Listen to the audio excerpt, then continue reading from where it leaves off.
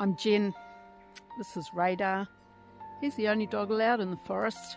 Staveley Camp Forest. I've been here looking after it for about 6 years, and that work is paid for mostly by funding from places like ECAN, Ashburton District Council, Q2 Trust and other places.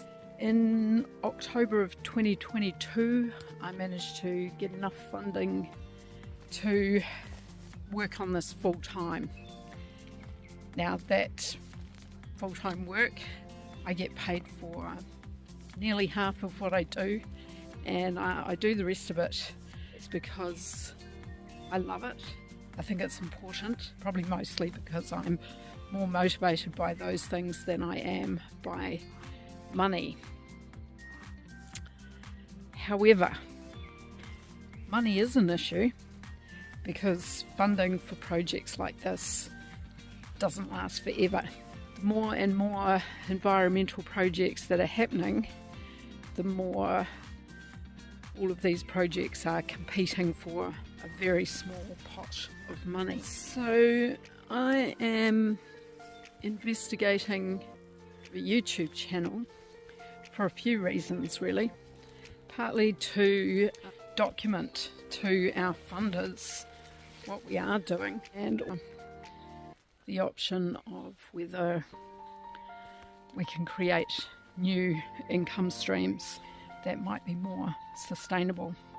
We are in mid-Canterbury in the South Island of New Zealand, and come with us on our adventures to try and protect and restore a little remnant native forest.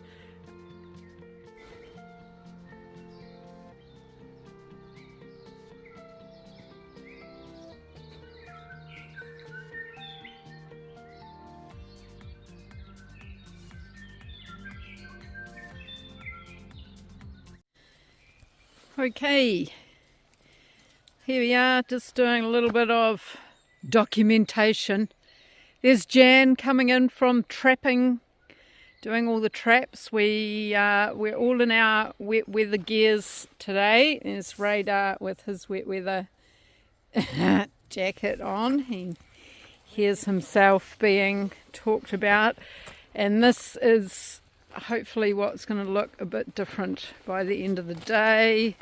We've got one little possum, and I think, was there one rat as well? One rat, one possum, and because it's wet, we're not weeding today because we can't cut and paste, so we're gonna do a bit of weed eating, release these plantings.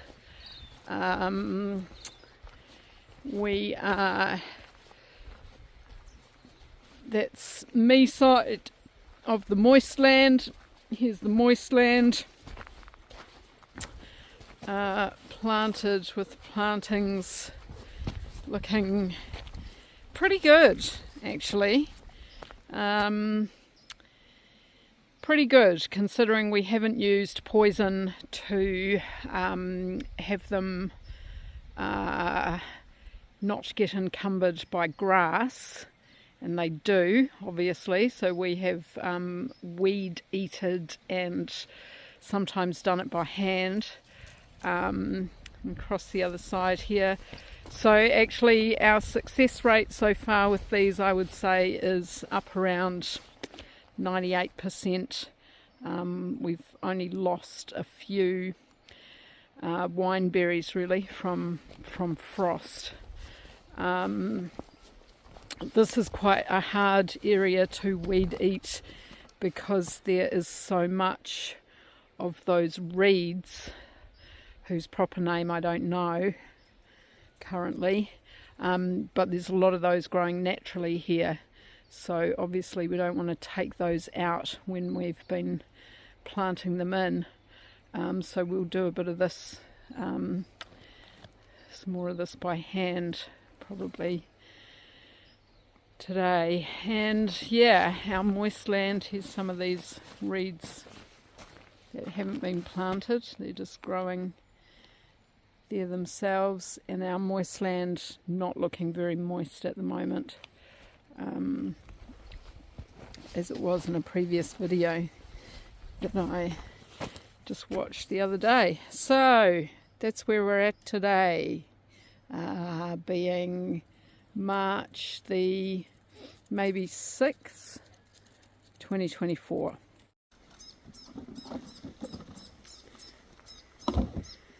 That wee collection of fantails over there. There's the other one just flying in. He flew out to get out of the video. So it's becoming more and more common to see big groups of fantails now, and 8 at a time is not at all uncommon, and sort of up to 12. At the moment there's only 3 over there, proving me wrong yet again. Not easy to, coming straight for us. I'm not sure if I got that.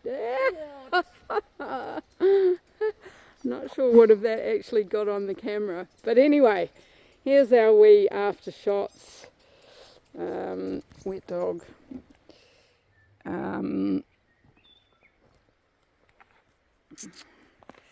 So it's quite an easy difference to see when you've done some weed eating. Weed eating's always the easy thing. I'm still engrossed in fantails. And we've done a bit more down here as well.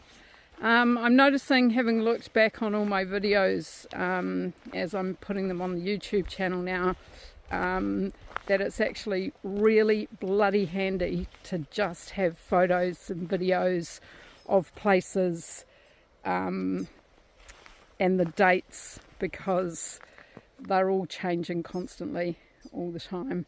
So this is currently the moist land. It is quite moist out there. That got weed eated a wee while ago, so it's greened up again, but plants are doing great. And I think we got about 4 or 5 or 6 of these wee guys here now. Hey, whoop!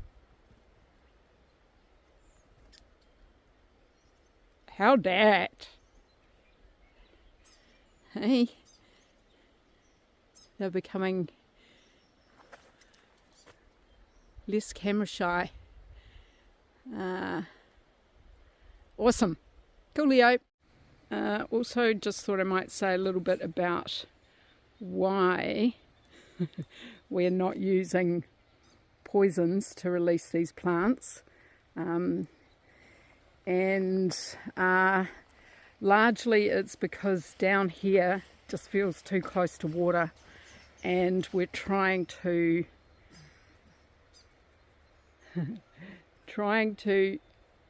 make this little sort of moist land area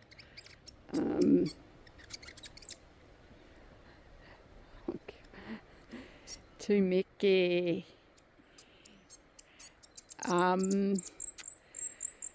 So the idea of using the likes of glyphosate in an area where it would be, well, it would be cool to have frogs one day, and also anything that is water loving, and also because of course Boyer's Stream is just over here, so this here will be draining into Boyer's Stream, which is our messy post-flood area.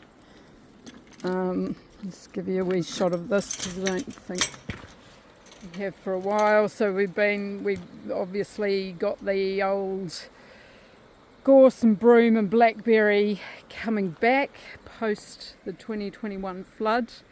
We've got some more plantings over there, and that line, if I can sort of show you sort of through here, is where the river changed direction, so straight up here I would have been standing in the river now. So essentially that's the reason that it's very difficult, because I mean we are using poisons to sprays, you know, to deal with the gorse and broom and blackberry along here, even this close to the river, but I guess it is about minimizing the amount of it, and so that to me seems a bit more of a important problem to deal with, and not many other ways of dealing with it. So I mean, this is not the most hospitable place for people to come and have quick picnics down by the river anymore, especially when there's a lot of gorse around. And so it kind of feels like there isn't much of another solution for that area, whereas here we do have the potential to do it by weed eating, and so it just saves you know, an area of pouring more poison on, really, I suppose is what I'm saying. Some of these decisions for me are not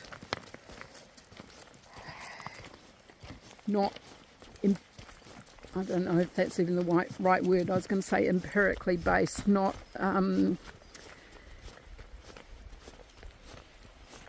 decided by absolute knowing 100% what's right and what's wrong, because I don't think we do. So a lot of it's just a feeling that, yeah, I don't want to be using that much poison, and if I can help it I won't. Here we now have 2, 3, 4, 5, 6, 7 over there, and one a wee bit further away. Oh my God. It is a flock. Is it a flock? Well, that had to be, surely. Like, so 3 over there, yeah. We've got another 5 or 6 over there. Yeah, that's pretty cool. It's fun. Yeah. Fantails are fun.